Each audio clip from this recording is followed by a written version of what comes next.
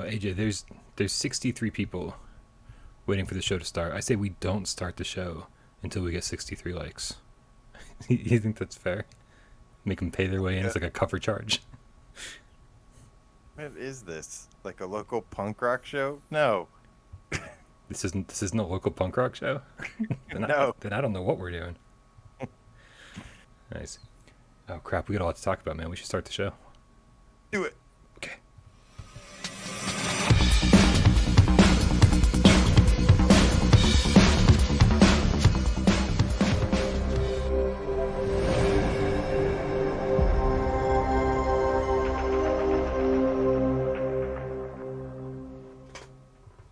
This is PSVR Gamescast Live, where we film live every single Monday, Wednesday, and Friday at 6 p.m. Eastern. It must be one of those days. It's the best of those days.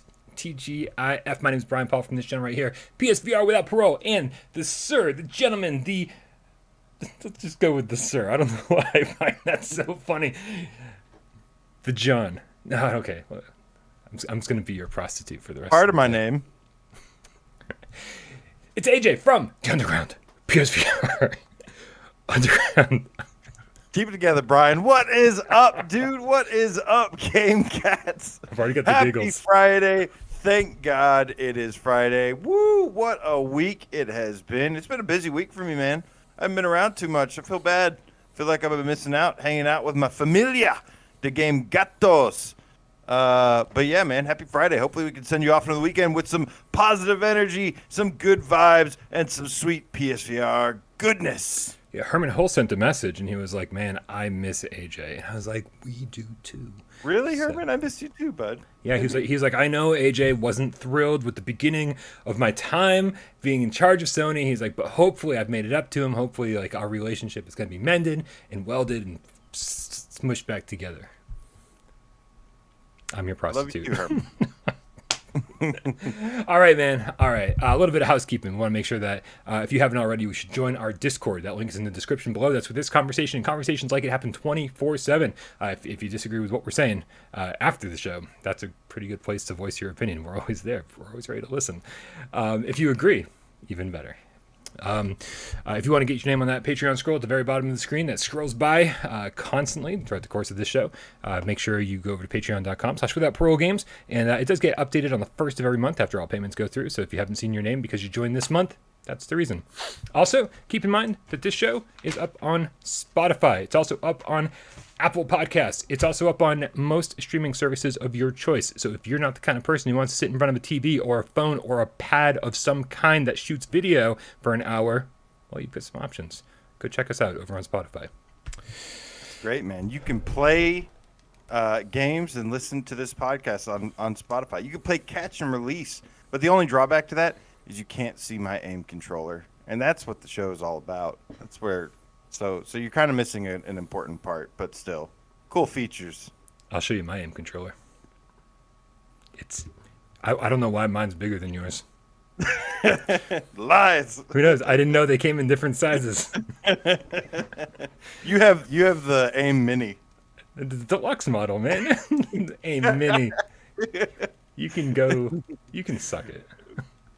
Oh man, actually I had that the I've got a PS1 now and I've got the PS1 Classic, and I was playing Metal Gear Solid and I was fighting Psycho Mantis, and you can take the controller port from port 1 and plug it into port 2, and it disables his like telekinesis or something like that, and I was playing on the mini, and I actually had swapped it on the real PlayStation, and I was like, why is it not working? They look that's so cool, man. It's awesome having two PlayStations. Just there's a house riddled with PlayStations everywhere. It's like a PlayStation graveyard. I love it. Wow. Where PlayStations go to die, AJ's house. We got a couple tips to take care of. We got Emily Baxter, hashtag the Game Kit, with a $2 tip, says once GT7 and GTA 5 dates March, I said PSVR 2 launch. Oh, okay, so Emily was with us from the get-go. That's amazing. Thank you very much for your support. Also, Blue Jew, the luckiest game cat. Oh, we need to know why you're so goddamn lucky, Blue Jew. With the $6 tip, says just want to say props to AJ for 6K. That rhymed. Oh shit. Well deserved. Congrats. Thank Yeah, So you it's hit 6K, amazing. huh? Yeah, it's like you stop posting videos and then your channel grows twice as fast. Maybe you should take a note from No, I'm just kidding. I've just been really busy, man. And yeah, real life sucks sometimes. But that's why I have you guys and PSVR to escape all that nonsense. Thank you so much for all the support, guys. I wouldn't even be here if it wasn't for the cats. They are the reason. I mean, I'm a game cat too, of course. But yeah, man. Awesome new milestone. Now all I need is 660,000 more, and then the ritual will be complete.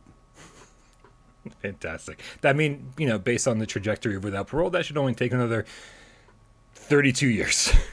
Do this. We're in it for the long haul.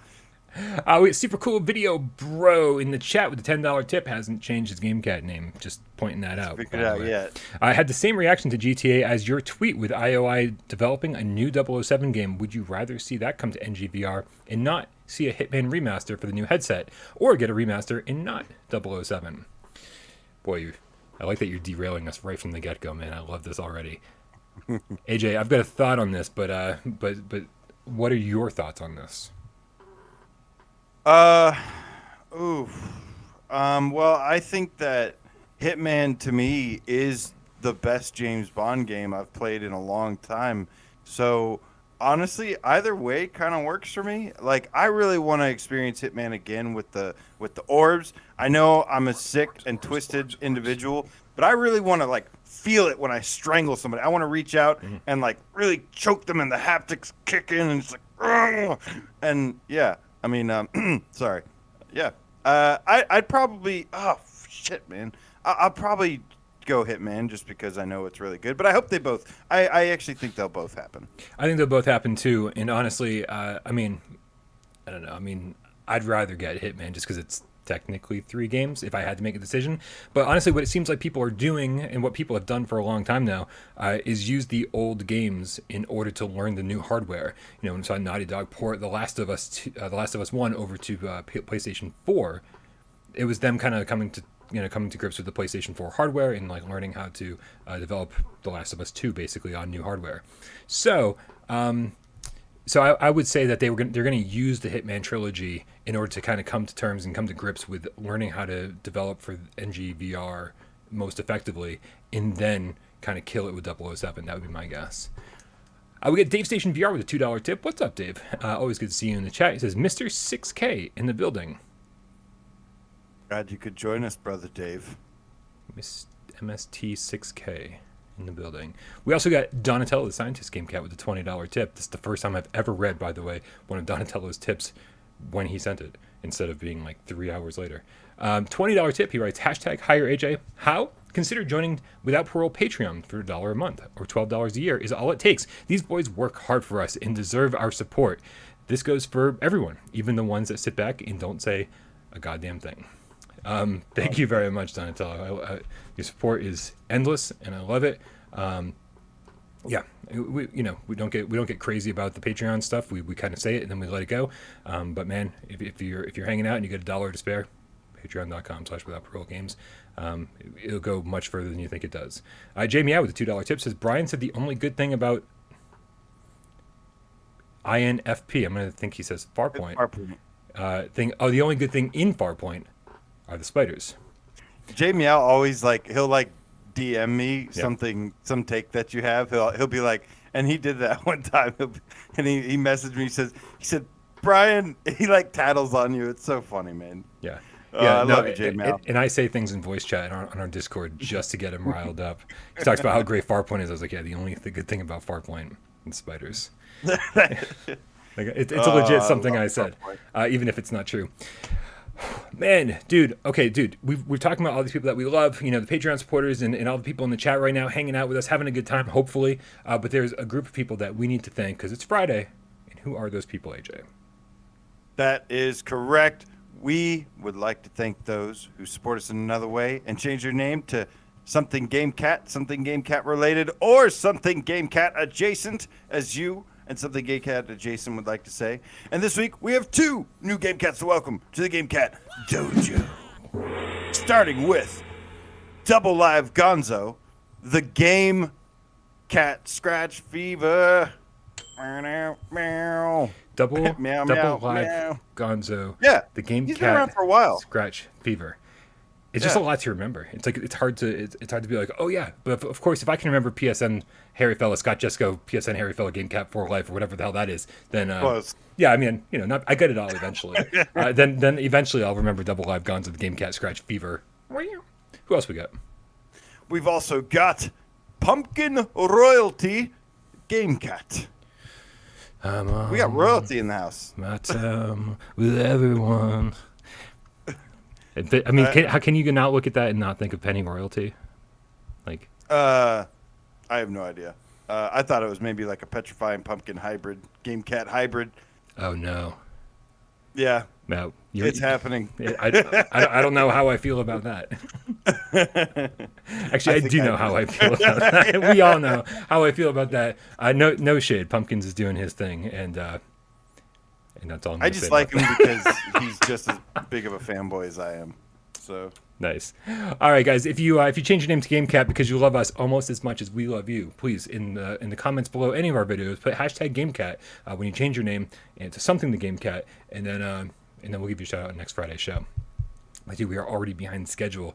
Let's get to it. What's our first news story of the week? Pruitt Pixel has been tweeting quite a bit over the last couple months, ever since you announced and debuted the announcement of their new next-gen VR game, Runner, which, by the way, looks freaking awesome. It's basically a Japanime-inspired motorcycle kind of road rash, but also kind of escape action shooter game. And they tweeted recently, actually 22 hours ago at this time, they said, "Today we hit a major milestone with Runner's production.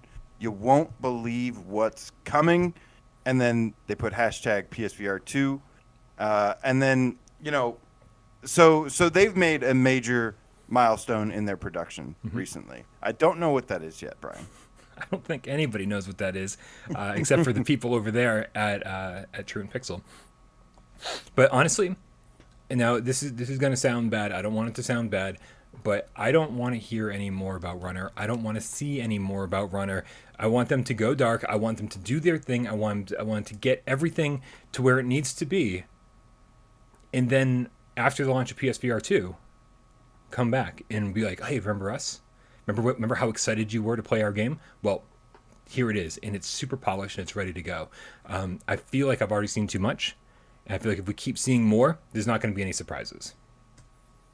Feel you there. There's been a couple games. It's harder for indie devs though when there's a game like with a huge name brand recognition, it's so easy for them. They can just snap their fingers and everyone goes, "Oh!" But someone like Runner or True and Pixel with Runner, that's like part of their strategy is to always stay visible, always stay, they want that visibility. That helps them. But I agree in that it's better to build up to a big reveal and have like a bunch of stuff and then save a bunch for the game as well. Versus some games we've seen, I won't name any by name, but we've seen a lot of games that just show us like every step of the way. And it's like, we want the surprise. We want to be like blown away instead of like knowing everything, what to expect, what's going to be coming. And so I agree with you. I hope they just kind of dial it back a little bit, get everything together and just have like a big announcement instead of the little tidbits of info. Yeah, but you make an excellent point. With indie devs, it's way harder for them to kind of get the spotlight. It's way harder for them to stay in people's consciousness and kind of and just when people think about PlayStation VR 2, they're probably not thinking about Runner, and so they do probably have to beat that drum every single day to make sure no one forgets and to attract as many new people as possible. So I do get that. I feel like we're definitely in a different situation than most gamers where we're paying like fucking hardcore attention to everything that's coming to PSVR and PSVR 2. Jamie out with the $2 tip says, "Imagine Runner with adaptive triggers." Dude, I'm imagining everything with adaptive triggers. That's kind of been my little lullaby every night. I lay in bed and go. Newsflash, J-Meow. it's going to have adaptive triggers. Yeah. Let that sink in. Also, we got Joey Bats 33 with the $3 tip. Says PSVR2, Gran Turismo 7 March launch bundle question mark. I'll take 5, please. Yeah, man. I've been telling people for a while. I think that if the second we got a Gran Turismo 7 release date and confirmation of PSVR2 and a PSVR2 release date, all that stuff, I'm going to make sure that I have that whole setup, the whole rig in the middle of my living room for the wheel, for the pedals, for the shifter. It's going to be the whole cage, man. And I'm just going to be set up so I will be ready to play PSVR2 in the center of my living room, which means I got to get rid of my couch because there's no room for that shit. Let's hope so, Joey Bats. Let's hope so. This is exciting news. Runner is always exciting to talk about, but hopefully their news is big and it's not just. I just love that added a new character. Like, oh, damn it. Yeah. I love that Japanime style sometimes, especially some of my favorite games have always been the hybrid of Japanese and Western culture, like coming together. Like I think that's what a lot of Final Fantasy VII is. It's like it's just the best of both worlds. And then, it's even like cyberpunk, steampunk, fantasy, just the blend. Sometimes some games can manage to blend everything together. This is more like a pure, like Akira kind of looking thing, which is awesome. And I'm super excited for it. But yeah, can't wait to see more on this one. It's going to be an awesome title. Yeah. Another neon-drenched game, though, is teasing us with more teases. Lots of teases this week. Yes. And that's Synth Riders. Woo! I freaking love Synth Riders. I sound like a broken record. Yeah. They tweeted out September 9th, yesterday. They said something is coming, and they have this trippy-looking GIF that says 09/16/21. So the 16th is next Thursday. Mm-hmm. We're going to be getting a significant Synth Riders update. And going by the way this little GIF looks, Brian, I think it's going to contain a new experience. Sure. I mean, that's nice. Yeah. It's. I mean, the hope, of course, was that it was the multiplayer update, and seeing the two faces sort of come together like that makes me think it's hey, bring people together.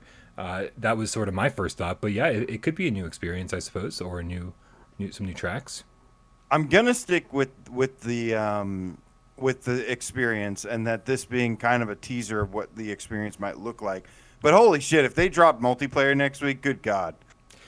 Well, I'm just like waiting for that to happen, because that's gonna that is like a serious game changer. And I already see how many people love Synth Riders, and they haven't even played the multiplayer yet, and it really does change your perspective of the core game. It is that impactful. For a second I was going to say this doesn't make any sense, because I'm sure when they're tweeting about it, they're not just using the hashtag PSVR. They're probably tweeting about all Synth Riders players. But then another part of me is like, oh well, let me take that back, because this does benefit all Synth Riders players, because you're adding more people to the community. And so if you jump on your Quest or PC or whatever, then suddenly you jump in, you're playing against, because they did say cross-play was super important to them, and so you're going to be jumping in, you're going to be playing against people from all different headsets. So this could, I don't know. So now I'm waffling a little bit, but I don't know. We'll see. I hope it's the multiplayer stuff. Yeah. I just downloaded it on Quest. Parole was super nice to me and said, hey, if you want some pre time with pre PSVR time with the multiplayer and learn how it all plays, here, check this out. And I was like, all right, cool. So I've got it downloaded on my Quest 2, and definitely interested in checking it out. But I've not gotten around to it yet. I've got a couple other things I need to take care of over there first. Oh, I can't wait till you check it out, man. Yeah. Well, hopefully soon. Maybe tonight, man. But moving on, man. What else we got? Moving on. I expect you to die. Well, I don't think highly of you either. 2 released some awesome news, and that is that they surpassed 1 million in revenue. And Jesse's good.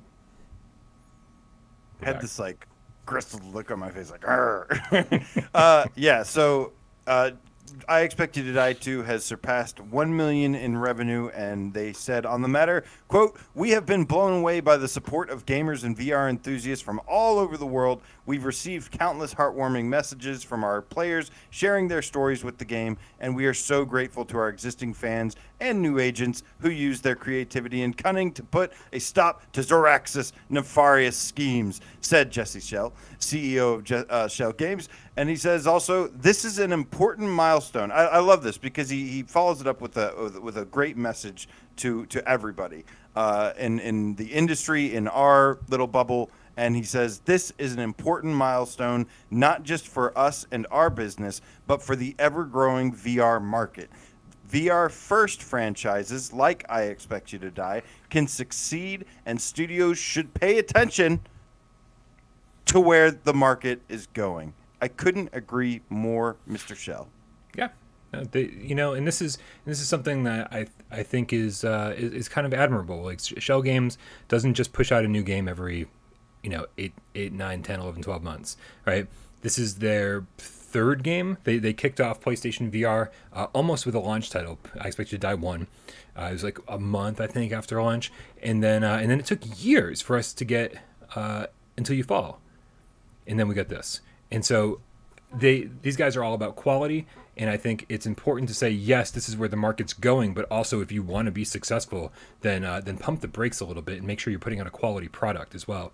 Because I think some developers are definitely of the mindset that, hey, quantity over quality. One of these things will sell, and it's not a good business practice. Real quick, now let's Ryan the Game Feline with the $5 tip says this $5 says that the Radiohead Experience we saw for 47 seconds. Such a good 47 seconds during the Sony showcase will be in VR. Tom York would want it that way. I couldn't agree more. Dude, just his opening notes of Kid A when it was played in that trailer, like something happened in my stomach, and I was like, ooh. I felt like I was like on ecstasy or something. Gee, I wonder what the correlation there is. But it was just so, it was impactful, man, impactful. And if that was in VR, that's exactly what I was thinking all after the show. It's like, that's the one thing that needs to be in VR. Tom York would want it that way. I don't often hear you. I know you've mentioned music and everything is really important to you, but I don't often hear you actually say it. So it's nice to hear you finally say it once. Because I feel like I must be like hypersensitive to music and sound design because like every game I play is like something like I really hone into it and have a feedback on. So yeah, it's certainly not every game for me, but when something hits the right note, man, it fucking hits.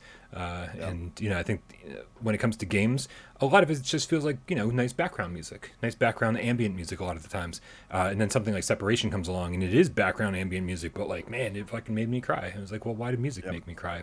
I don't know. So good. Yeah. We also got it can straight up make or break a game for me. Like it like the game would have to be like perfect. I mean, yeah, it can straight up ruin a game for me. Anyways, go ahead. Sorry. Yeah.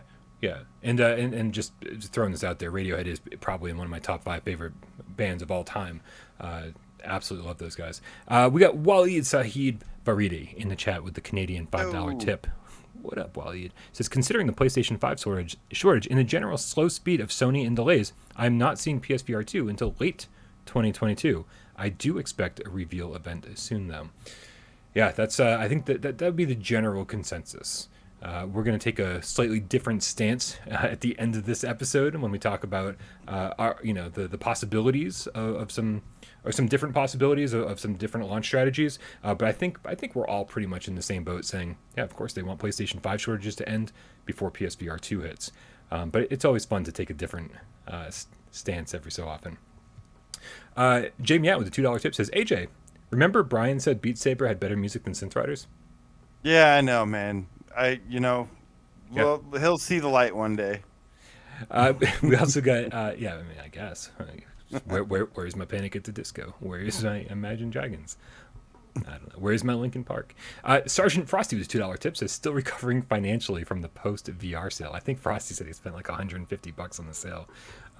Oh, man. Yeah. Yeah, what an epic sale that was. That was so good. I love how I still laugh when Yuki said it's like an everything must go sale because it really felt like that. But yeah, I thought you were gonna say where's my Limp Bizkit is what I thought you were gonna say. Yeah, But no. anyways, Limp moving on. Bizkit can, dude. I mean, I hated that mixtape. I never want another mixtape on Beat Saber. If they try to sell me another mixtape, I officially am not buying it unless it's like an emo mixtape, which I guess I'll probably buy because I'm 15 years old and I wear all black. All right, man. So enough about I Expect You to Die Too. It's really good. You should have already bought it. Moving on. Brian, how many days until Halloween? I don't know. Well, 40, 50, we're like 50. half a month away from the month of Halloween. About. Yeah. So, dude, I can already sense it. I think that's why I've been making all these dark comments tonight, darker themed comments, because I can feel it, man. The leaves are going to be turning soon. The smell of their souls are going to fill the air, and it's going to smell beautiful. Man. Anyways.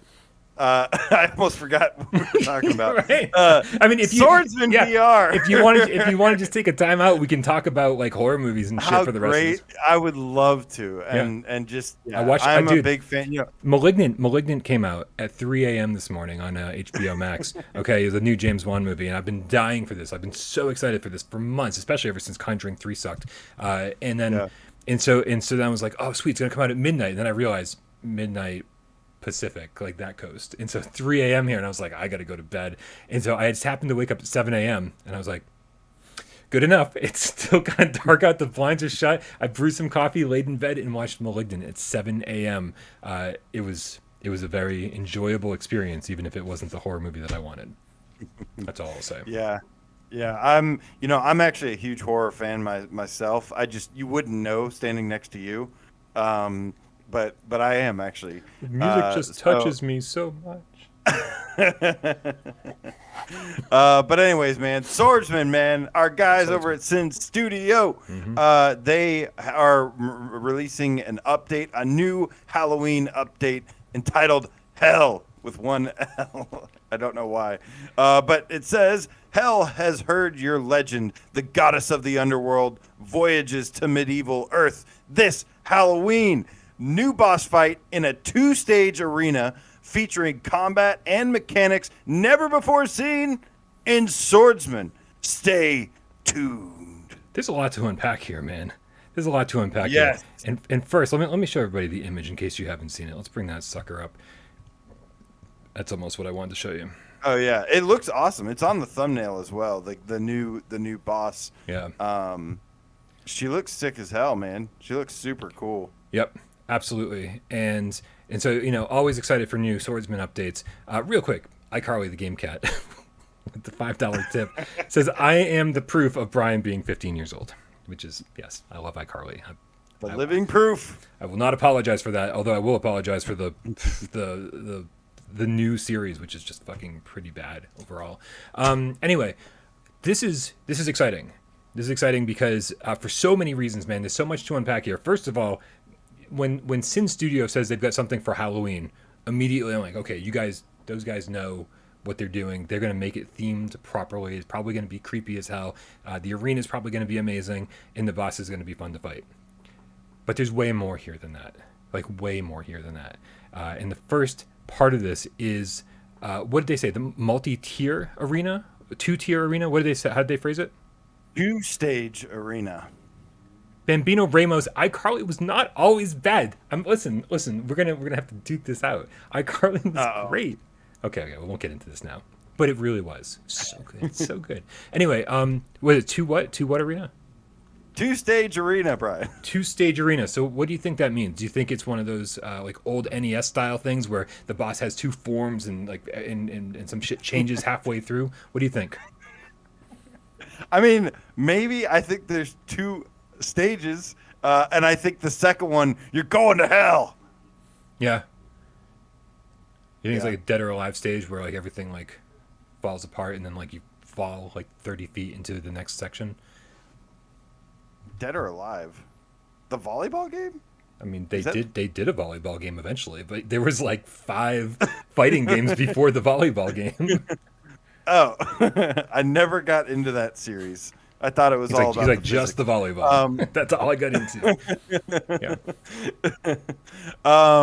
But yeah, you could definitely see that. I'm excited. It's saying featuring combat and mechanics never before seen in Swordsman. This could go so many different ways. I mean, the last major update that I can recall that featured content was at the Pirates update, and that had like a ship with a kraken, and like you had to like hit the cannons, fire the cannons to get rid of the kraken. So that's the kind of environmental stuff that we love to see, isn't it? It is. It is, because my biggest complaint at launch, and for a while after launch, even after a lot of the updates until the pirate update, was that the arenas weren't exactly interactive. The claws one was the first one that made me go, "Oh, this arena is different than the other rectangles I'm fighting in. They aesthetically look different, but overall, you're just fighting in a different rectangle." At least with claws, there were parts of the glacier you were fighting on that were falling off, and you actually there was environmental shit to run away from, and that was amazing. And it sounds like, and then with doing the pirate thing, he took that even a step further, and hopefully, I really hope I can take credit for this and be the one that got in his head about it. Hopefully, he's taking it even another step further with this one. I can't wait to see what they've got. Yeah, that is super cool, and I'm super excited, and I'm ready for October. I'm already seeing the stuff, the decorations and everything at Lowe's and the stores around everywhere, anywhere I go. So it's just a reminder that it is creeping up on us, and I can't wait, man. So super excited about this. Last year they had the axe, the cursed axe update. He's got I'm so lost now, because not only is it this, but there's like also the advanced weapon handling update coming out, the axe, like being able to like actually stick axes into people now. So there's so much going on with this game. It's super cool. I don't know if it's still on sale, but I definitely I think it is. I think this one got kind of shoved into the sale later on. There was about 5 games that got pushed in a little bit later, and so they're on sale a little bit later as well. The last part of this tweet, though, is the most interesting part of it. When he says new boss fight in a 2-stage arena, we already covered that, featuring combat and mechanics never before seen in Swordsman. So mechanics I can see as maybe part of the stage, interacting with the stage in a different way. Right. But that's what I was thinking. But what about combat that we've never seen before in Swordsman? Like, any clue what that could be? No, maybe. Oh, I wonder if you could like summon a demon or something, or have like demonic attacks in some way. That would like be so shoot cool. Fireballs, something like that. I don't know. We could speculate all day. Well, let's do it, man. This is gonna be fun. Oh, here's what I want. Here's what I want. I want, after beating the boss down for a little bit, I want a House of the Dead weak spot to show up, like a glowing heart, and you have to go and just take, because now with the new advanced sword fighting physics, whatever it is, you can take the sword and fight with it different ways, hold it different ways, right? I want to take that blade and shove it into the heart to finish it off. That's how I want to finish this boss. Like, there you go. I mean, that would be totally different, right? VR Grid says bow and arrow. You could do manual fatalities, like cut somebody right down the middle and let them. Okay. Cut it. Brian, I think it's time to get to our main headline of the evening. I think we should probably get to the main headline of the evening, which was the fact that yesterday there was a PlayStation showcase, and they showed off a ton of new PlayStation 5 games. AJ, you weren't here. Shout out to Miles Dyer, who's my co-host. I was going to say 2 hours. Big shout out to Miles Dyer. He did a great job. And it was awesome having him, because he knows more about flat games than either of us. Probably both combined. Yeah. I mean, we used to know all that stuff, but we've been just balls to the wall, completely consumed by VR, so we don't have time to always stay up to date with everything else. So, great job, Miles. Absolutely. Thank you so much for being here. And yeah, he definitely had a lot of knowledge about flat screen games from the last 5 years that I was pretty unfamiliar with. That being said, AJ, you did get to watch it, correct? Yes, I actually watched you guys watching it. I watched your presentation, of course, man. I had to spend it with the cats. I was working, but I had to spend that moment with the cats for sure. Cool. So what did you think, man? Were there any highlights for you? There was a couple, but mainly, I think for me, if you're a fan of, if you're just interested in VR content, there was really only a little bit of speculation you were left with. There wasn't any. This wasn't a presentation for VR primary VR gamers. Right. This I would go as far as to say as this is not a presentation for people who are only interested in VR. This might have been the worst presentation for people only interested in VR. Right. Yeah. So if you're only interested in VR, it probably wasn't like amazing. But for everyone else, it seemed like it was really great. There were some really great announcements. But I definitely had a couple questions regarding VR when I got done when I finished watching it, Brian. And what were those questions, AJ? Well, those questions were, first of all, where to begin, Brian? I mean, so I've always said that I thought that Gran Turismo 7 was going to be a launch PSVR game. It was going to launch with PSVR or be a launch window game. Mm-hmm. They had the date announced, and it was in March of 2022. And so not only that, I firmly believe, look, this is two things I can tell you right now, Brian. Okay. I 100% believe that Gran Turismo 7 is going to be a PSVR 2 game. 100%. I will go down with that ship. I also 100% believe that Grand Theft Auto 5 is going to be remade or remastered and made with a PSVR 2 as well. To me, that is like a no-brainer. And so when I saw both of these in March, I couldn't help but think to myself, I'm like, there's no way. But I can't help the little voice in the back of my head saying, like, you think these are going to be launch titles, and both of these are launching in March. Right, and there's no reason to say, just speaking more generally before we get into our very specific conversation, that these couldn't come out in March, and then the VR mode is ready for the PlayStation VR 2 launch, right? It's like these games were out for 6 months, and then when PSVR 2 launches, the PSVR 2 patch is also available, or the PSVR 2 upgrade, whatever you want to call it, is also available. So they could still be launch titles, but still make it to PlayStation 5 earlier, right? There's a lot of different ways to look at this, and I do want to say something again very clearly before we begin this conversation, that we've been speculating a lot over the last year. People accuse us of grasping at straws when it comes to the smallest little details. But I'm going to tell you something. We've been grasping at straws for the smallest little details for a year, and we were the ones telling you that PlayStation, because of those straws that we were grasping at, we were the ones telling you that PlayStation VR 2 was coming. Sony was not giving up on VR when everyone else jumped ship, and we're like, nope, right. They've given up. They don't care about VR anymore. We're out of here. Quest 2 time. Let's do this, right? But we've been preaching the same message ever since. And so all the straws that we were grasping at ended up there was a reason those straws were there, right? So it might have seemed a little loose from the get-go, but ultimately it brought us to the truth. Now, I don't know if PlayStation VR 2 is going to launch in March. I don't know that. But for the purpose of this show, and because I don't like saying, oh, this is what I think and sticking with it. I think that's really boring. I think exploring different possibilities and looking at arguments from different perspectives, that's more fun. Conversations like this are really fun. So I don't want anyone out there thinking, Brian and AJ definitely hands down put 30 pizzas on the fact that it's coming out in March, right? No, man, we want to have a good conversation. No. We want to say, hey, like let's take a look at this argument and let's see if there's any validity here, because that's way more fun.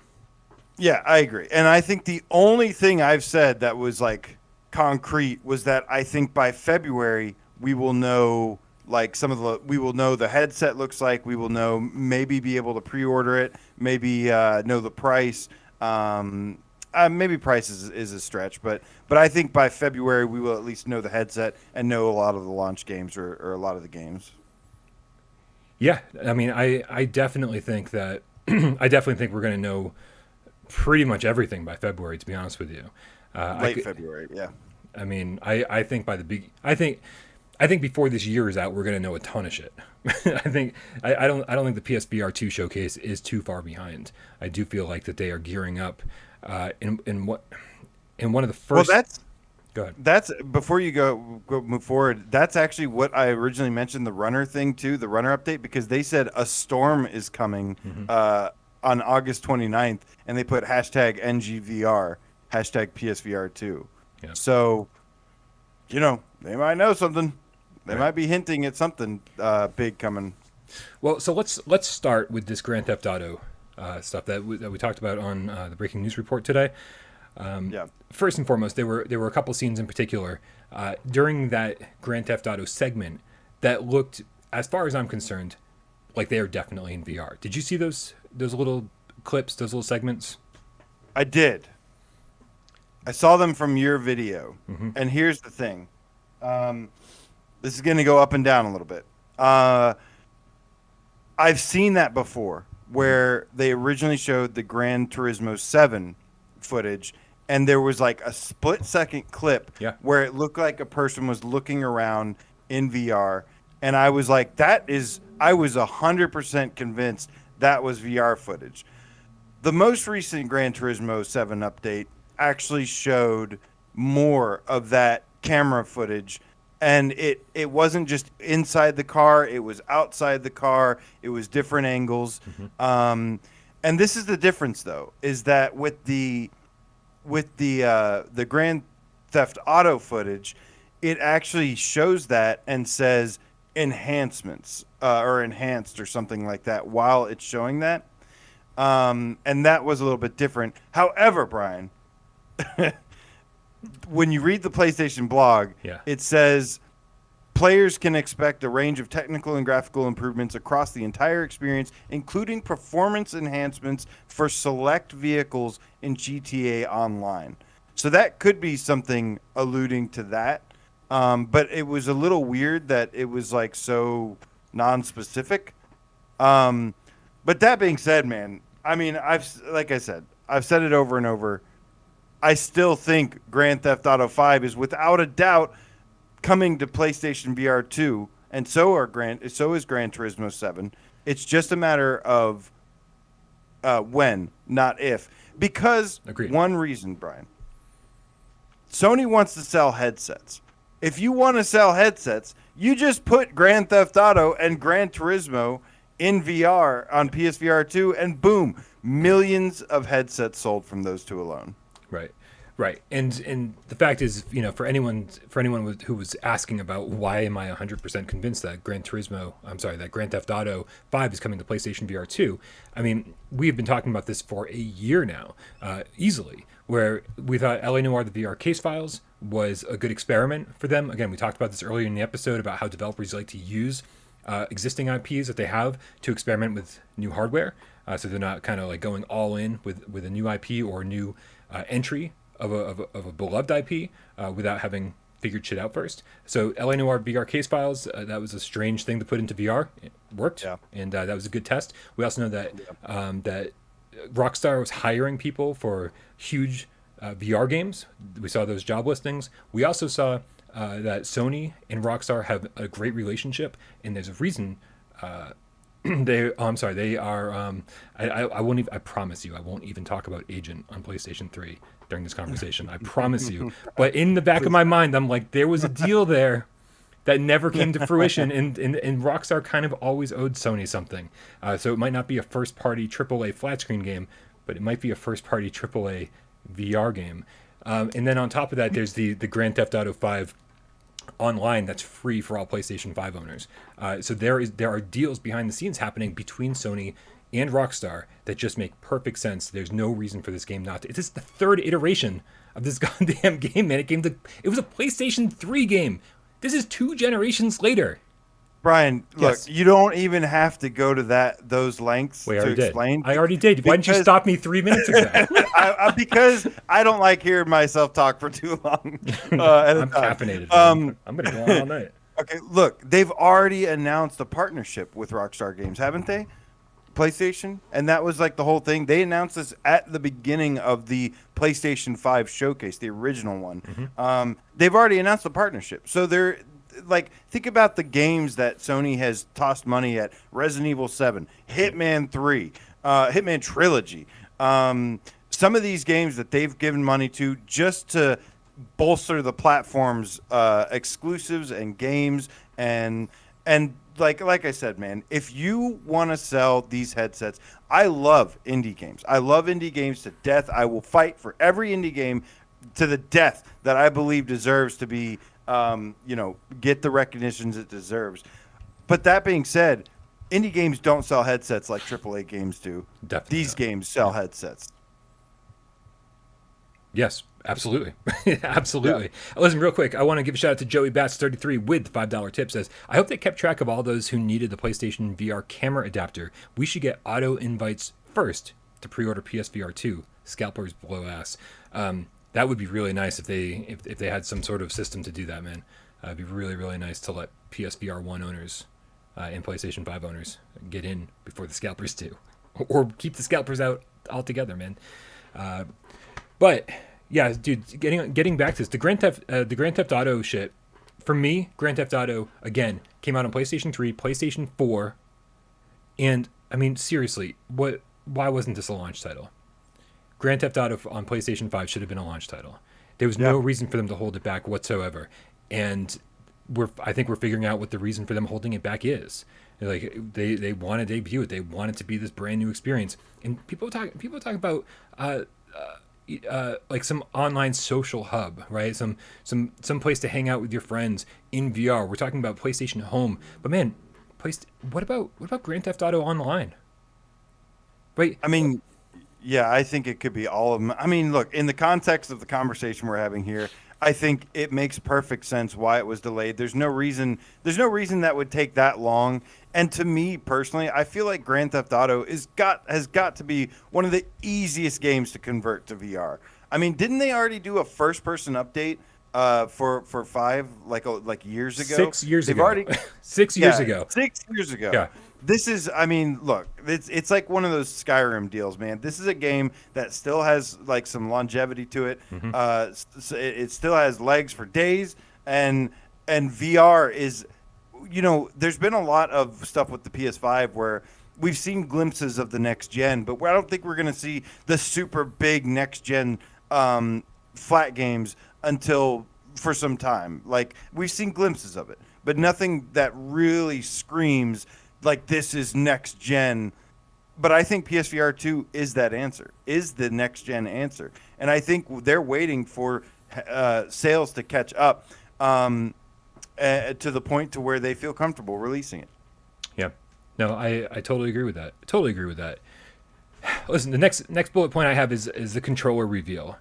The controller reveal happened back in, I believe, February of this year. And they said they were going to be sprinkling out PlayStation VR 2 news throughout the course of the year. Here we are, almost done with the year. We've only got a quarter of the year left, and nothing, like literally nothing else. So during that reveal, they had mentioned that dev kits are going out. Okay? Right. And dev kits historically have never gone out that early. Like, you never have a year. You never have a year with your dev kit before the launch of a game. Generally, that's not the case. And so that was back in February, and dev kits started going out back in February. And here's the other part. I know that there's indie devs out there that are like, well, we don't have our dev kit.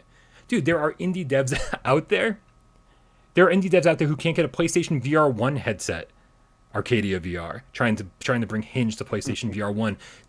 We're just in a different set of circumstances right now than we've ever been before. So if there's indie devs out there, we're like, well, there's no chance that PSVR 2 is coming out in March because we don't have our dev kits yet.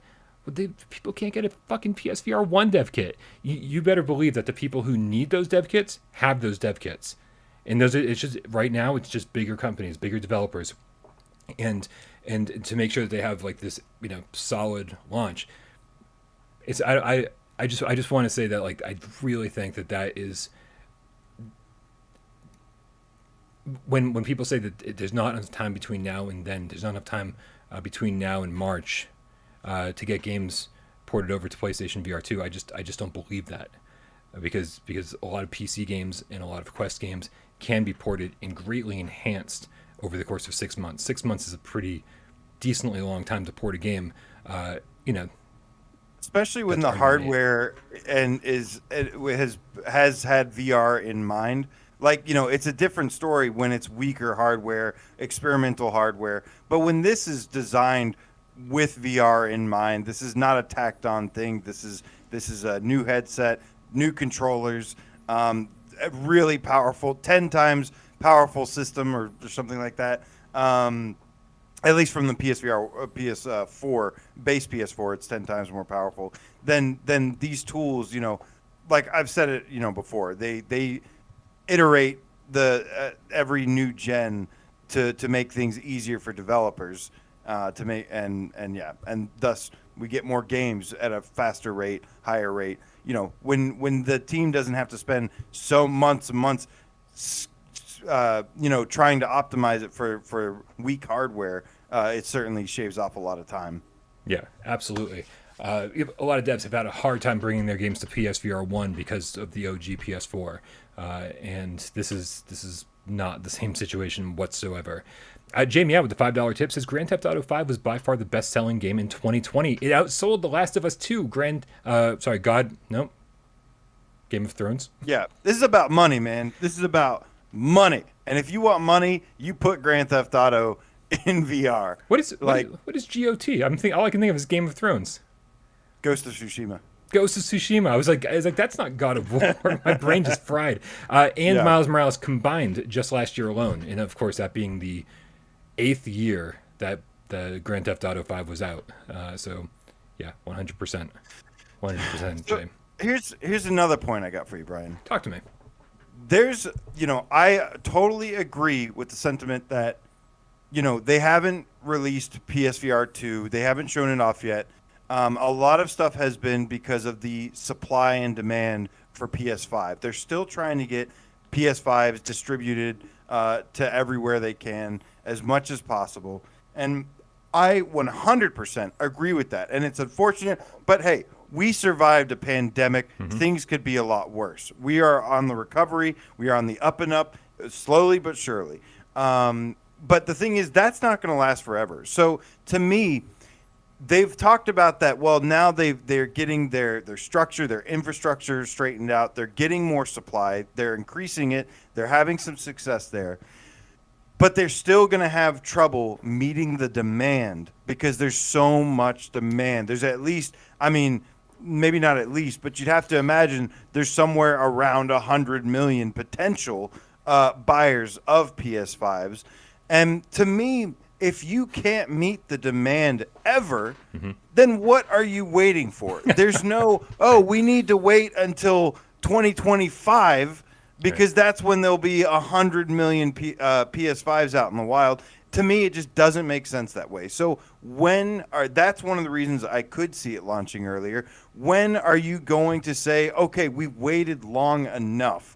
What are you waiting for at this point? I know there's a little bit longer, but come a couple months from now, what are you going to be waiting for at that point? Right, 6 months from now, we're definitely going to be in a better situation. PlayStation 5s will be a little easier to find, especially after the holiday season is over.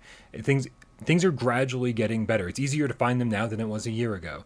So, yeah, again, there's potentially 100 million people who want a PlayStation 5, but I would say a good 80% of those people are not actively looking for one or even interested in buying one in the next 5 years. A lot of the 100 million of PlayStation 4 owners came later in the life cycle, and I think a lot of people will wait later in the life cycle for their PlayStation 5s. So, by the time March rolls around, if we're talking sales figures, if we're talking time, then I think by the time March rolls around, we're going to see that most of the early adopters who have been desperately wanting one are going to have one. And you're going to be able to walk into a store and go, oh, hey, look, there's a PlayStation 5. Like, maybe not all the time, but certainly more frequently. And I think the vocal majority right now will become the vocal minority, screaming, well, what's the point of PlayStation VR 2 if I can't get a PlayStation 5? The point is, it's fucking amazing. And we want it. So get your hands on a PlayStation 5. I know it's tough. I know it's hard. And maybe you have to wait to not get it from a scalper. But man, it doesn't mean that everything should get put on hold until every single person can get a PlayStation 5. Things in 6 months from now will be better. I'm not going to say they'll be perfect, but in 6 months they'll be better. They'll be a lot better. And to me, ultimately, Sony has the data that's going to tell them the best time to release the PSVR 2. They have all this information. We don't have access to this information, except for when I call Herman Holston and he tells me all of this. Yeah. Shout out to you, Herman. Call me sometime again. Miss you, brother. We got Deadbringer with the $2 tip says Vorpex emulation support for PSVR 2. Is it possible? It is possible, yes. Anything's possible, but yeah, that's not the way we want to play VR games. It's some yeah, you don't want to experience some tacked on support. The horror story for me was somebody trying to review Resident Evil 7 on Vorpex, right. versus the actual native PS4 version, and like the difference was just like blah, like why would you do that to yourself? Like buy a PS4 and a PSVR for Resident Evil 7. It's worth it. But to me personally, like I said, they have the data that will tell them what is the best move, what is the next best move. But to me personally, I feel like the hardware, I feel like you want to get the hardware out earlier, and then by the holiday, because everyone, there is the speculation of the rumor of that they want to sell them by holiday 2022. And that makes sense. Sell lots of headsets during the holidays. It totally makes sense. But to me, in the back of my head, I can't help but think, what if you sell the headsets earlier and then you sell more software during the holidays? I mean, does that not take away from software sales when you drop it during a holiday like that? I guess not, but I don't know. I'm not going down this path with you. Sorry to tell you that. Well, I'm just thinking, come to think about it, maybe you're right, because they did sell the PS5 itself in November during the holidays. So, yeah. So the other thing I want to talk about a little bit is Oculus, right? Because I've said, and sorry, apparently all of Worcester is burning down right now because there's just sirens everywhere. Hopefully everything's okay out there. Hopefully my building's okay. I've said it a few times that I don't think that Sony cares what Oculus is doing. I don't think they care what their competitors are doing, and I still believe that to a certain extent in terms of what the hardware. Sony's made their decisions with the hardware, but I also think that again we expected to hear so much PSVR 2 news over the course of this year, and then Sony went real quiet, meaning they haven't said a word since that controller reveal, which is really strange, right? Like really strange. I don't want to undersell this. It's really strange. So the fact that we are in September makes me think, hey, I think that with the Quest 2 Pro or the Quest 3 or whatever Oculus's plans are on the horizon, I feel like Sony's been kind of pulling back and saying, we've got all of these plans. March is coming up, and we just want to fucking surprise everybody, and that includes our competitors. The earlier they talk about PlayStation VR 2, the more they let their competitors know what's going on. And the last thing they would want is for somebody like Oculus to step up and say, well, this Quest 3 isn't going to cut it.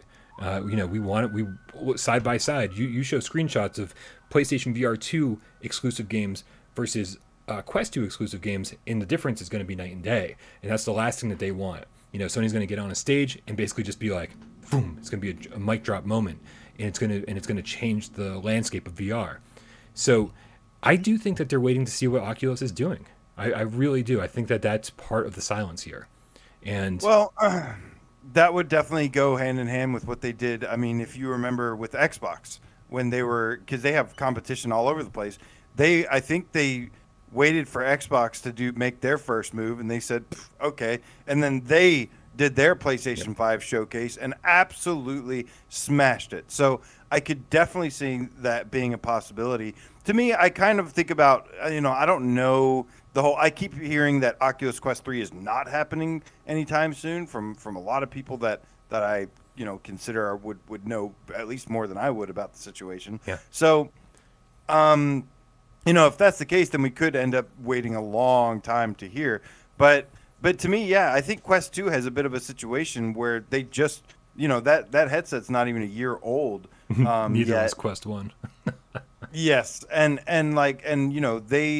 they are already going to this Quest 2 exclusive stuff, and then if they release a Quest 3, then they're going to start having Quest 3 exclusive stuff, and that could be pretty damaging to their brand. So I don't know if they're in any rush to get that third iteration out, and therefore I don't know the effect that now I'm taking your old side that you say, which is like Sony isn't even concerned about that. Yeah. I don't know if Quest is substantial competition is like actually a big enough threat versus a new hardware. Because I don't know, they did Quest did a lot because of the hardware. But I don't think, when I think of the Quest, I'm like, but what games, what exclusives really help set it apart? I don't, to me, it's all about the newer hardware than it is the games. Mako XL comes through with the very thoughtful tip. It's Canadian $5 tip, says, bleh. Thank you so much for contributing to the conversation, Mako. Your opinion is always appreciated around here. I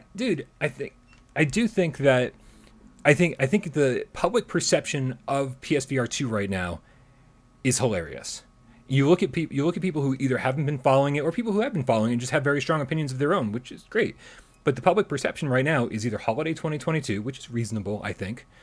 And then there's a ton of people that are like, oh, please, it's not coming out till 2023, 2024.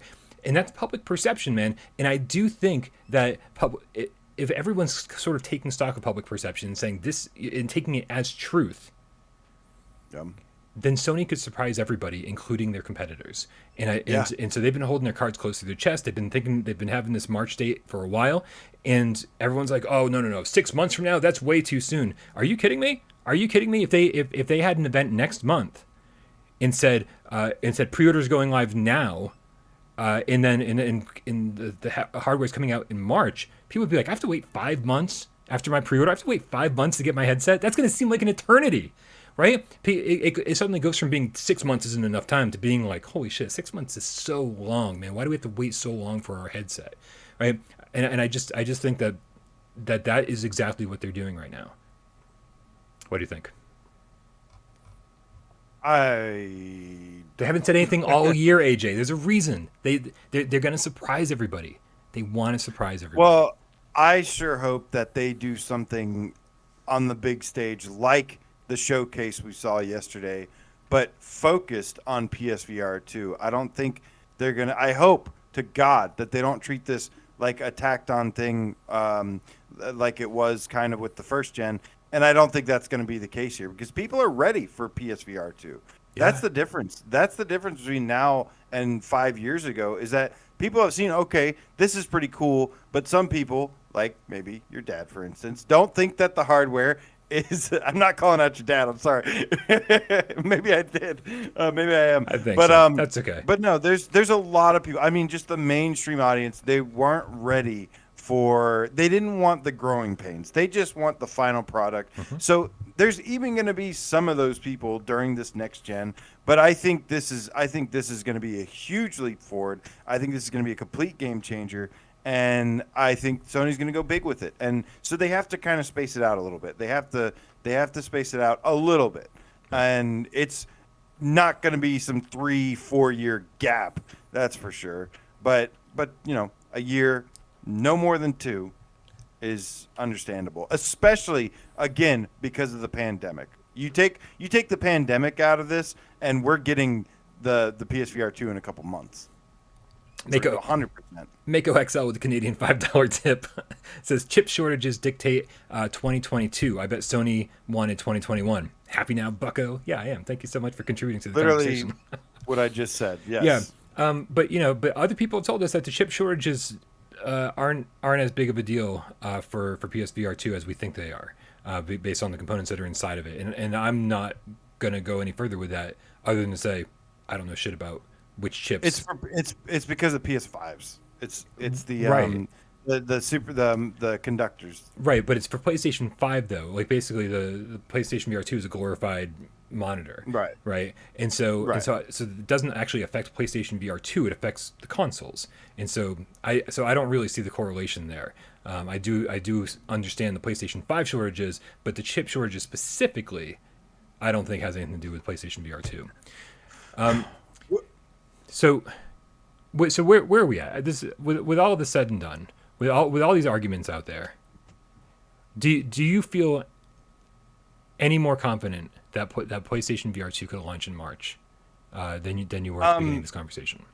Well, I think logically, I mean, again, the one argument that people keep going back to that I'm like, okay, I agree, is that they still need to get some PS5s out. They need to get as many PS5s out as possible. Yep. But to me, you don't want to wait too long either. It's like, when is enough? What point is like, at what point do you just say, okay, we've gotten as many as we can, now it's time to start on the next thing, the next hardware thing. And,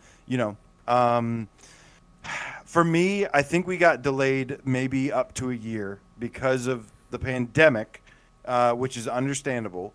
But like I said, things could be a lot worse if that's the case. But I personally, if they said that, hey, PSVR 2 is coming out in March, I'd be doing freaking backflips. And I'd be like, hell yeah, I'm buying one for myself. I'm buying one for everybody I know. Like, well, no, I don't have that kind of money. But I would absolutely, I'm ready for it, man. I am ready. I have my PS5, and AJ, I wasn't provided one. I went and got one myself. So yep. You're ready. I'm ready. A bunch of the cats are ready, and I want to point this out because I like this train of thought. I like this reasoning, but it doesn't hold up. Jeremy, the NES rookie in the chat, says at the PSVR launch, October 2016, there were roughly 46 million PS4s sold. By December that year, they'd only sold 1 million PSVR units in 2 months. So roughly 2.2% of PSVR owners bought a PlayStation VR. It's not worth it at the moment, dude. 6 years ago, when PlayStation VR 1 launched, the landscape of VR was radically different. No one gave a fuck about VR. Everyone was like, this is a fucking fad. No one wanted it. You know what changed that? PlayStation VR 1 changed that a lot. But really, Oculus Quest 1 and Oculus Quest 2 really changed the landscape. It made people go, oh, it's not a fad. I fucking love VR. VR is so cool. There's 10 million Oculus Quest 2s out there. The landscape is changing. People are are obsessed with VR, and people cannot wait for the next iteration. And so I don't think the numbers of PlayStation VR 1 versus PlayStation 4 sold are even remotely relevant anymore, unfortunately. We get Snack. Sorry, go ahead. You're fine. Go ahead. Sorry, I know I'm like rambling profusely. Snacks. Please, with the $5 tip, says companies want profits. If you can't get microprocessors to sell more PS5s, then make a VR headset that doesn't need one and profits ASAP. Please. That's actually a great point. That's actually a really great point. Another thing I want to touch base on that I haven't got to mention yet. Talk to me, AJ. Something regarding the showcase. Wolverine. Yeah. Wolverine, guys. Oh my God. Okay, so that announcement was huge. That was huge. And that is a game that, J-Meow made this meme before. I totally stole the credit for it. And he complains to me all the time. But no, there was a meme about Wolverine with the orbs, and it was really just about the context of the whole thing. It was just a joke. But man, now that they've announced that, dude, what do you think is the potential for getting Wolverine in VR? Well, I mean, one of the things that Miles and I talked about yesterday was the fact that more people could play a Wolverine game in VR than they could a Spider-Man game in VR. Just because you're not, generally running up the side of buildings. Maybe do some wall running, right? And maybe come down on people, right, with those orbs. And just, Berserker Claw! Right? But you're not web slinging. You're not doing flips in midair usually. I think more people could play a Wolverine game. I think that would be a more natural decision. I think more people would want to play the Spider-Man game, but I 100% think that Wolverine would be a great VR game. Oh my God, dude! Especially if it's like, it seems like it's going to be more mature, on the more mature side. Yeah. It could be bloody. I don't know if you've played any of the other Wolverine games, but even like that shitty movie adaptation one was like That might be sweet. the last one I played, like with that PS2 or something. You know, at least there was like at least there was like tons of dismemberment and like all this stuff. And dude, the orbs are such a great fit for a Wolverine game. Oh my god! And if anybody wants to play any games that has Wolverine claws, I hope you picked up Sirento, or go check out Sirento, because they have the Wolverine claws in that game, and you can shoot the claws out, which is really cool. But there's that. There's also Gorn, but Gorn's a little goofy. But man, if you just slice people apart and stuff with the orbs, or like, you know, pressing the grip button and the blades come out and the haptics hit. Oh my god, man, that was something I'm so glad I caught that before we wrapped up here, because dude, a Wolverine game, I can't tell you how freaking excited I am about that. And the potential, you know, we know, not a rumor, we know that Sony is going to be going in on these AAA hybrids. And Insomniac, of all people, have VR experience. Yeah. So, wow. That is, we want to spark a rumor or talk about hoping for something to happen. Good God, that would be huge. Jamie out with the $2 tip says, "Don't trust AJ. He steals memes." I've heard that. Yep. Guys, listen, before we dive into PSVR 20 questions, I do want to say real quick, I appreciate everybody's perspectives. You know, I had people on Twitter, I had people in the comment section of my breaking news report, just basically being like, "Oh, this is fucking ridiculous. This is stupid." And you know what? I love all the perspectives. I love anytime someone comes at me with a different perspective from the one that I'm selling, or from the one I'm exploring. I'm not even 100% committed to this March PlayStation VR 2 release idea, right? I just like exploring these ideas, and I love when you guys are here and sharing, you know, your perspectives on why you think it's accurate or why it's not accurate, because that's the only way that we learn, is by sharing opinions and kind of working at this together. And so I just want to thank everybody. It was such a nice conversation. There were no one in the chat being a total dick, being like, "Fuck you guys, you don't know what you're talking about." I love being able to explore these ideas, you know, with a somewhat mature group of people. Not that I'm the most mature person on the face of the planet.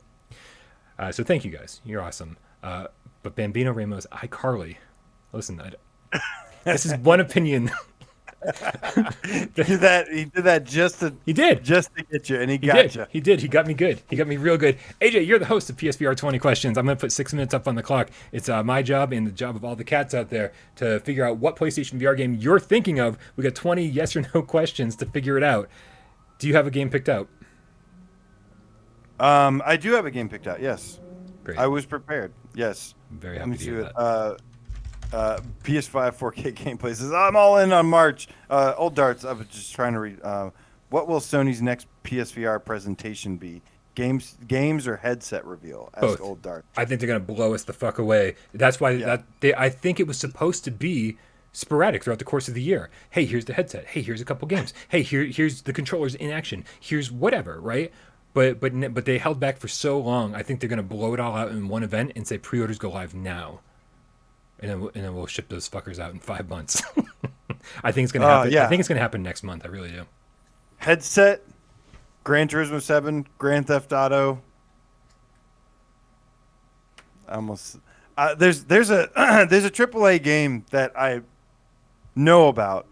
It's from a source that I don't know, but man, did they send me some convincing things. So more on that later, guys. Stay tuned for one of these next GamesCast lives, because I think you're going to really like what we have to say. They really hate when we tease them like that. They're like, just fucking tell us. Sorry. Well, I got to get them to come back and watch the next episode, man. Jay Meow hasn't been able to sleep in a week.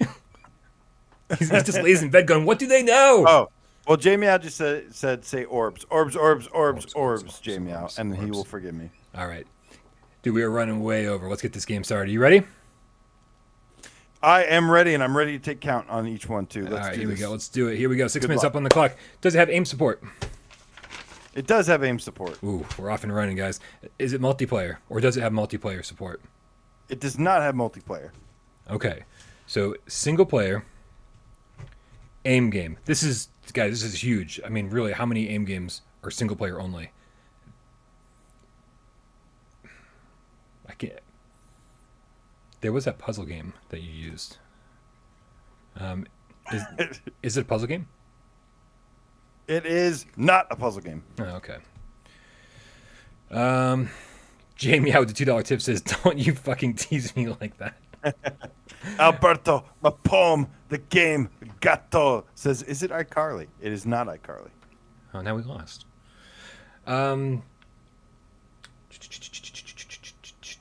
Does this have the stuff that Emily Baxter hates more than anything? Is it cartoony? Is it cartoony? It's cartoony graphics. Cartoon graphics. That sounds like a no. Yeah, I don't think cartoony. Cartoony is not how I would describe the graphics. No, they're not how I would describe the graphics. Okay. All right, let's check in with the chat here. Is this part of an established franchise? Yes, it is part of an established franchise. All right, guys, here we go. I saw a few people in the chat talking about Doom, and now so is it? Let's make it simple. Is it a Doom game? It is not a Doom game. Oh, we just eliminated 2 right there. Not Doom. Yeah, Borderlands 2 is definitely cartoony. It's cel shaded, so it can't. Well, that's not it.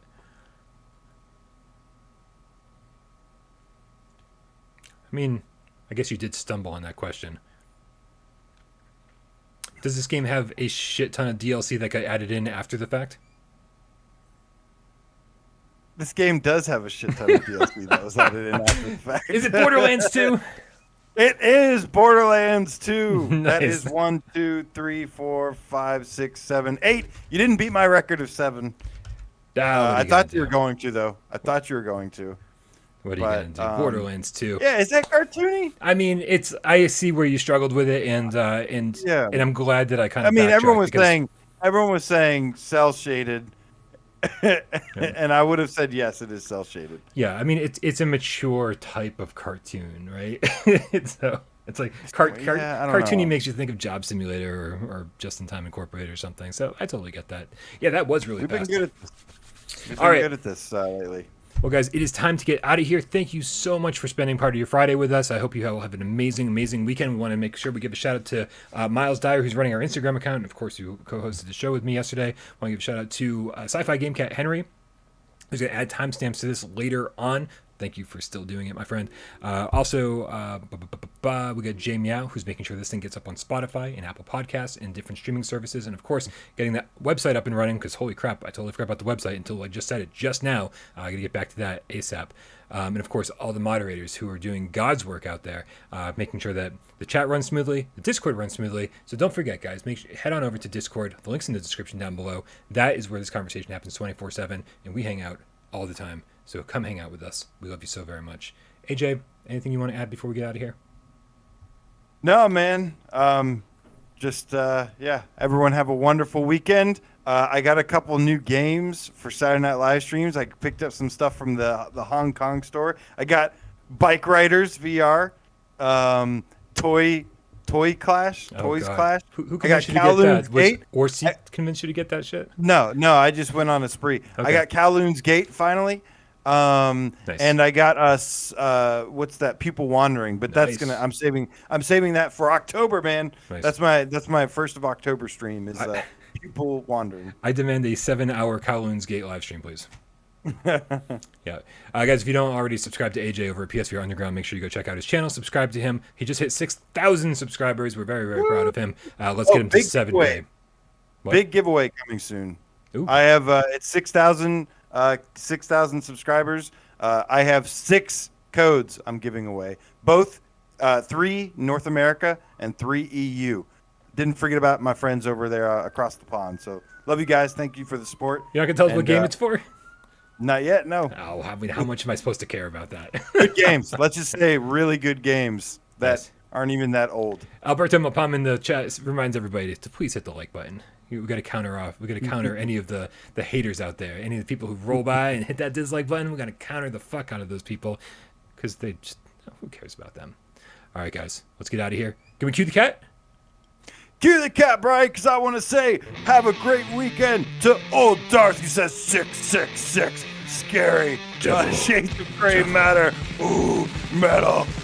Ian Stanbridge says all squishy codes. Damn it, he figured it out. It's all squishy. I mean, Will likes that game, so it'll be all right. Emily Baxter, the hashtag Game Kitten. I don't know how I feel about Have Will. a great night. Johnny No Pockets, aka the Who Dat Game Cat.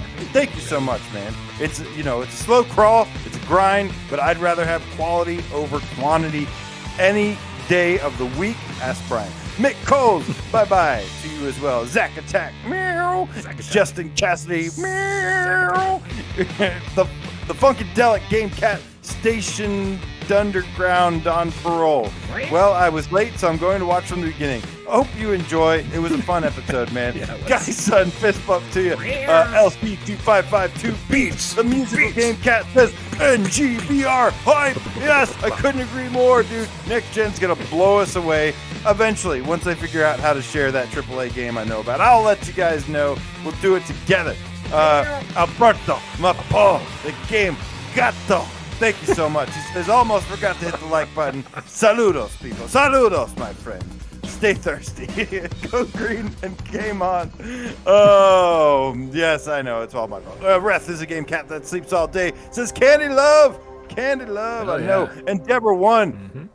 Good to see you guys, man. Arashi Hype. I want to go check out that patch, too, some more. Play some more of that game. Kramer 3K, the non-VR game cat. Cheers to you, my friend. Have a great weekend. The Fenner, PSVR. What's up, dude? Good to see you. Oh, my God. Jazzy J, the Terra Mage game cat. The cough broke the immersion. The cough broke the immersion. Yep. I used the mute button. Twitch is the single-player game cat. Says, one day, AJ will play this game without cheating. Hey, whatever it takes to win. I don't Blue Jew, the luckiest but you're game fucking cat. Awesome. That was Twitcher, of course. Jay Meow, Orbs. He says, is it Borderlands 3? Oh, by the way, one thing you kind of missed was they showed that new Tiny Tina. I would really wish I was there yesterday with you guys, because I would have been jumping up and down about that Tiny Tina's, it was called like Wonderland or something. The Tiny Tina assault on Dragon Keep was some of the best. It was like almost better than the game itself. Borderlands 2, and it was fantastic. So super excited about that. I think we will see Borderlands 3 in VR on PSVR 2 one day, and I think we'll get that DLC along with it. Have a great night, guys. I agree.